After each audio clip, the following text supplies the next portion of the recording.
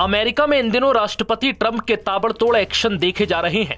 ताजा मामला हूती विद्रोहियों से जुड़ा है, जिनके खिलाफ ट्रंप ने बड़ी कार्रवाई शुरू कर दी है। दरअसल यमन में ईरान समर्थित हूती विद्रोहियों पर ट्रंप इन दिनों काफी भड़के हुए नजर आ रहे हैं। इसी का नतीजा है कि ट्रंप के आदेश पर हूती विद्रोहियों पर बड़े पैमाने पर सैन्य हमले शुरू कर दिए गए, जिसमें अब तक 31 लोगों की जान भी जा चुकी है।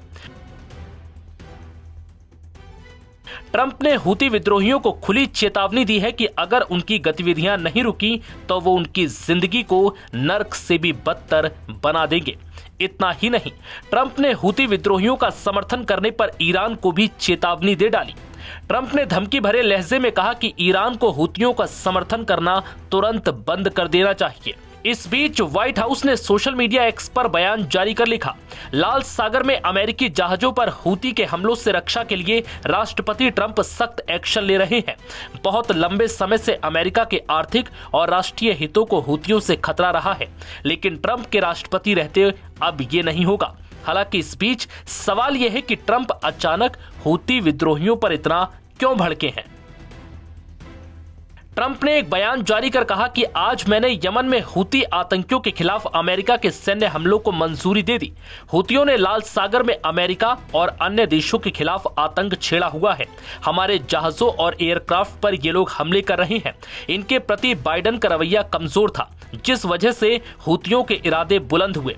उन्होंने कहा कि 1 साल से अधिक समय से अमेरिका का कोई भी व्यावसायिक जहाज सुरक्षित तरीके से लाल सागर की सुएज नहर में होकर नहीं गुजरा।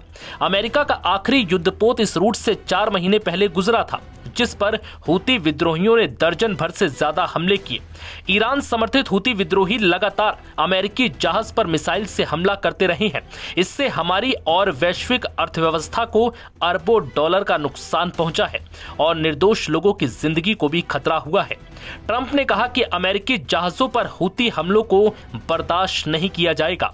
जब तक हम हमारे उद्देश्य में सफल नहीं हो जाते, हम सैन्य हमले जारी रखेंगे। उन्होंने कहा कि मैं हूती विद्रोहियों से कहना चाहता हूं कि तुम्हारा समय पूरा हो गया है और अब तुम्हारे हमले रोकने होंगे। अगर तुम्हारे हमले नहीं रोकेंगे तो तुम दोजख की आग में जलोगे।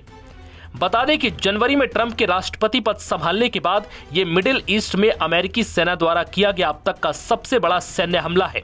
ये हमला ऐसे समय में हो रहा है जब अमेरिका तेहरान पर आर्थिक दबाव बढ़ा रहा है और उसे अपने परमाणु कार्यक्रमों को लेकर बातचीत के लिए राजी करने की कोशिश में जुटा है। नव भारत टाइम्स की रिपोर्ट।